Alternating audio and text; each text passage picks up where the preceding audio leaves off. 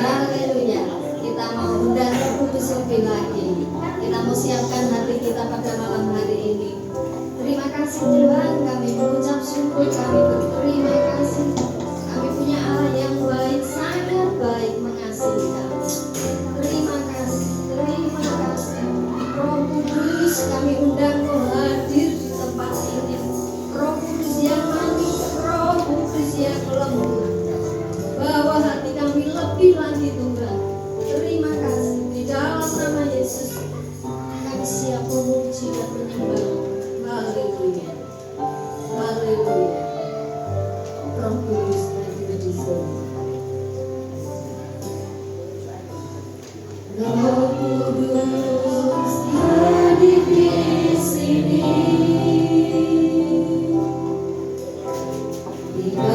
Dia menawan dan suci.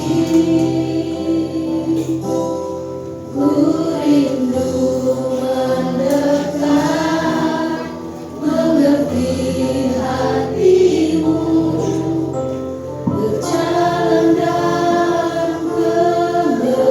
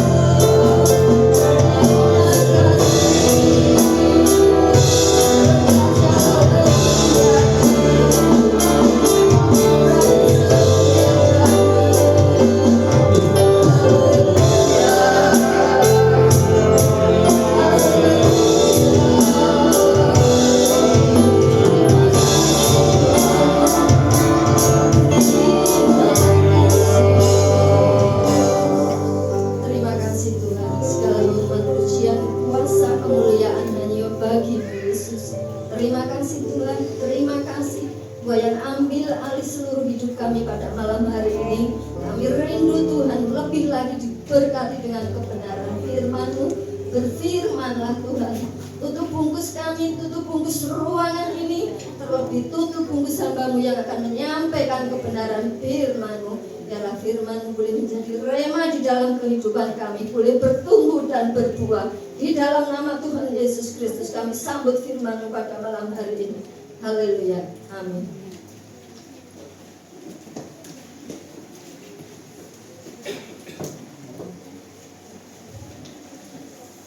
Puji nama Tuhan, selamat malam Bapak Ibu, anak-anak semua, haleluya.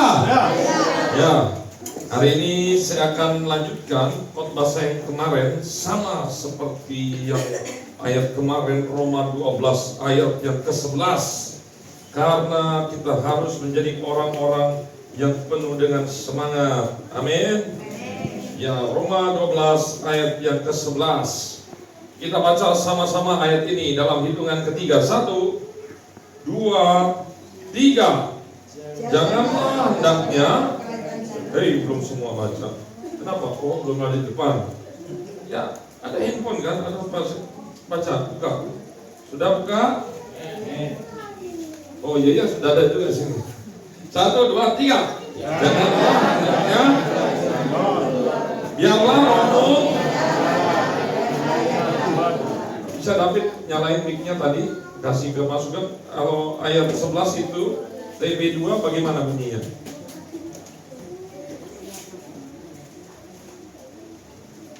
Jalan ya. Bunyinya demikian firman Tuhan. Mati Pak, kepencet lagi Pak. Janganlah kerajinanmu kendor, Sama. biarlah rohmu menyala-nyala, dan layanilah Tuhan. Oh sama berarti.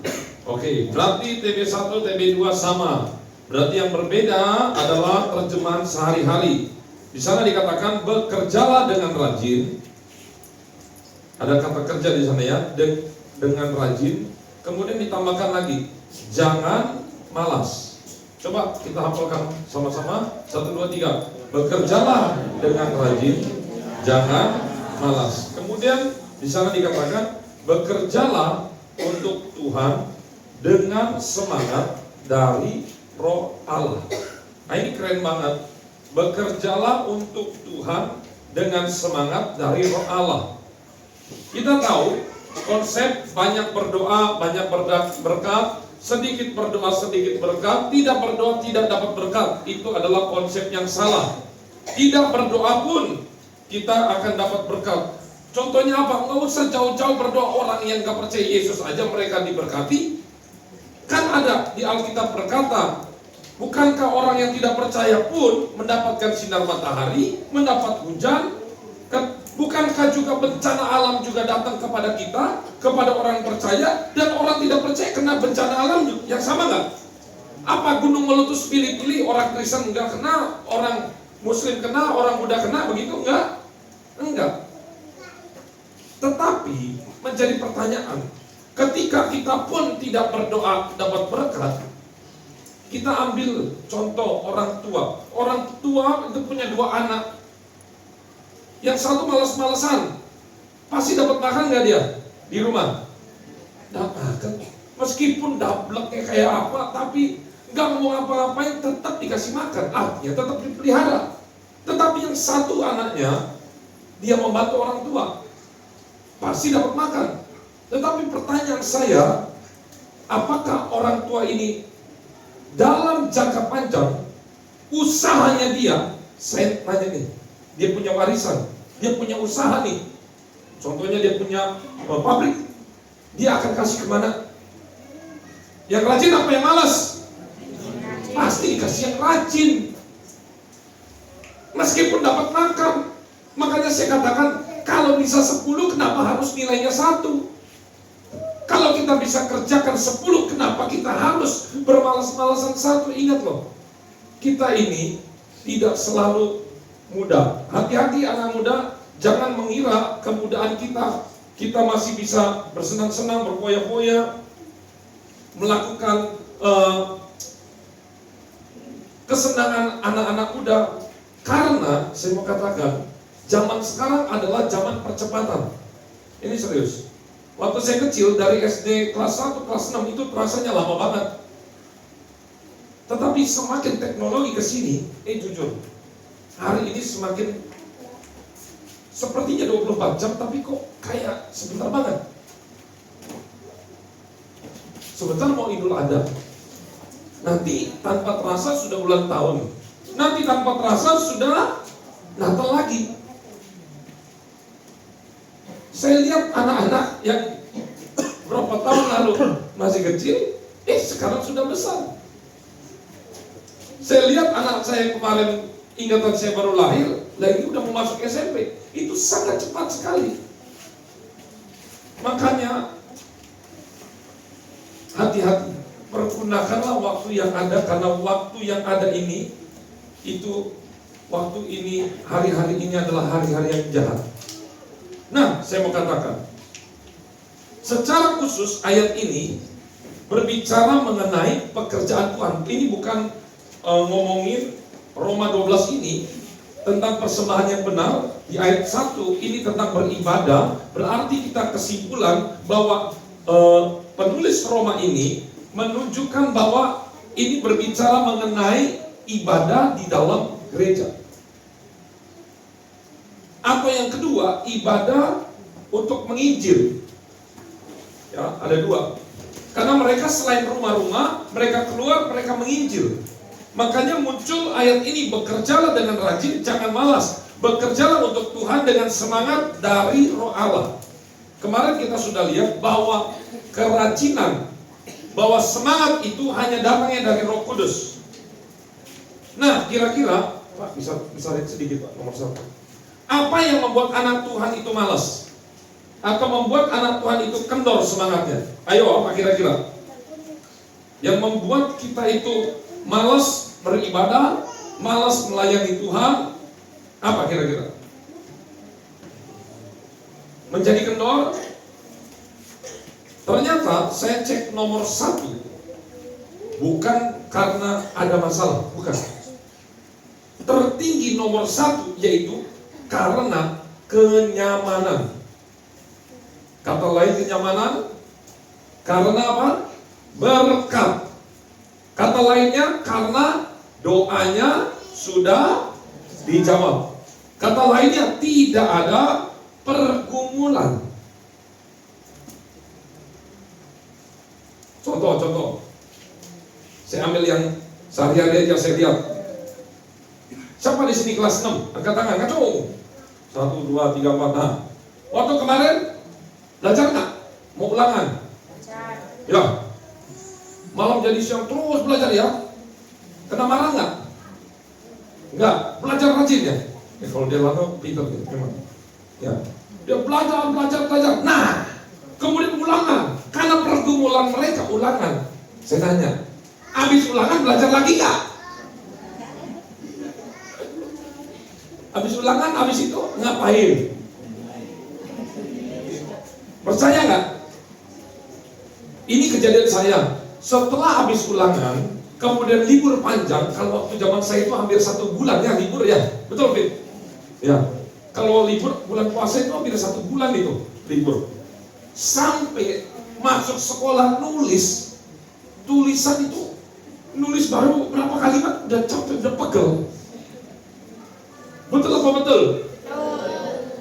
Bahkan tadi tulisannya jelek, ini tambah jelek, bukan bagus ya. Kalau tulisannya jelek, jadi tambah jelek. Ini apa maksudnya ini? Karena apa? Tidak ada pergumulan. Awas, hati-hati. Kemerosotan rohani kita justru ketika tidak ada pergumulan, ketika ada berkat.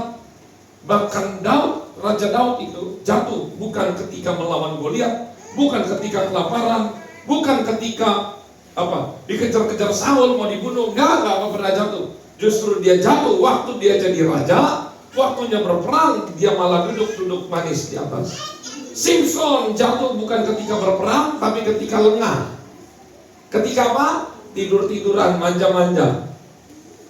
Awas Bapak Ibu, anak-anak, kenyamanan membunuhmu. Katakan 1, 2, 3. Kenyamanan.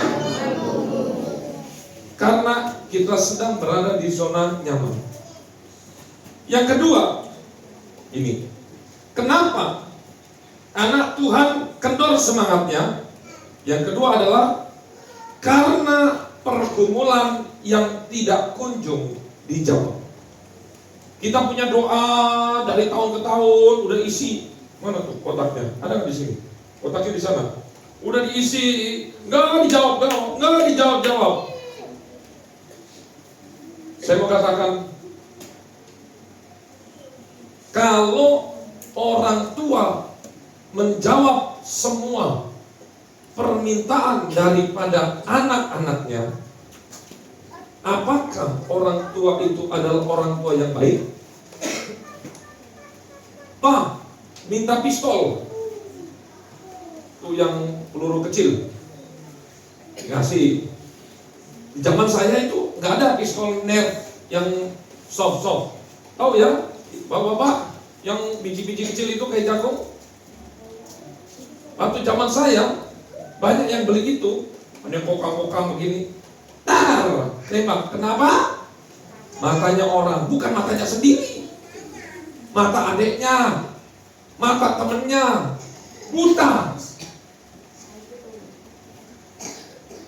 Mau apa lagi? Itu teman saya nih, masih SMA. Pak, mau mobil, nggak tanggung-tanggung waktu itu, mobil jazz. Buset dah, saya motor aja itu nggak dibeliin, yang second aja nggak dibeliin. Ini mobil jazz dikasih grace.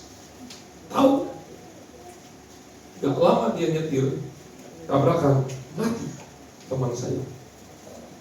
Dijawab nggak doanya sama orang tua? Dibeliin nggak? Tapi mati. Mau mati.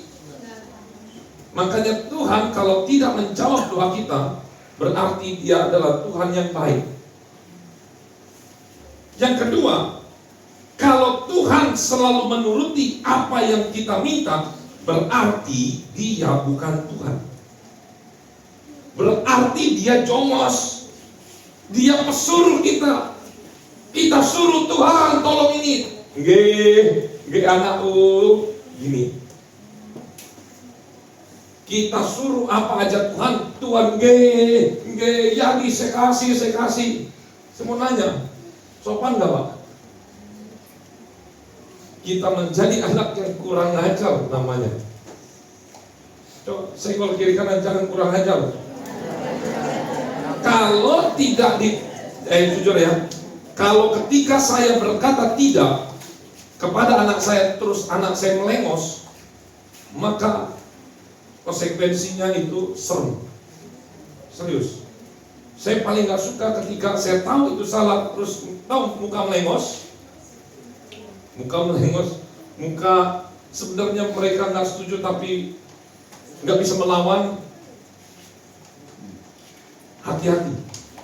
Bangsa Israel ketika bersungut-sungut di hadapan Tuhan, dikasih makan atau disikat? Disikat sampai mati. Bahkan yang sering Tuhan lakukan adalah memunculkan ular-ular dari pasir, itu keluar mematok setiap bangsa Israel. Hati-hati. Ketika doa kita tidak kunjung dijawab, malah kita bersungut-sungut, itu justru membuat Tuhan bukan jatuh hati, Dia murka pada kita. Awas, hati-hati nih. Yang pertama, kenapa kita bisa kendor semangatnya? Karena kenyamanan. Kedua, karena pergumulannya enggak dijawab-jawab. Yang ketiga, kenapa semangat kita bisa kendor? Ini yang terakhir. Karena godaan dunia, keinginan daging. Saya menanya, enak mana? Doa atau di rumah? Oh, ada yang bilang doa. Ya, anak saya Jason enak doa katanya. Yes, doa. Tapi kan motivasinya seanak dia itu kan kesini mau ngapain coba? Puji Tuhan kalau kesini maunya doa, karena memang udah waktunya memang sudah berpikir doa itu baik, wah saya senang.